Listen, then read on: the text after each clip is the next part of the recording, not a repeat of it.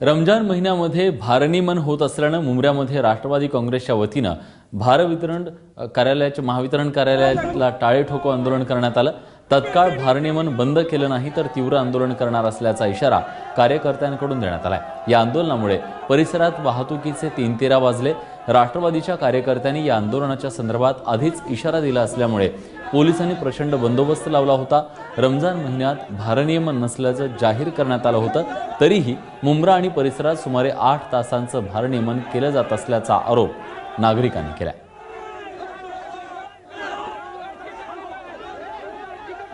जे executive engineer आहेत त्यांना जर मुंब्रा सांभाळणं जमत नसेल तर त्यांनी एकतर सेल्फ ट्रान्सफर घ्यावी किंवा आमची एमएससीबीला अशी विनंती आहे की त्यांना तुम्ही ट्रान्सफर करा।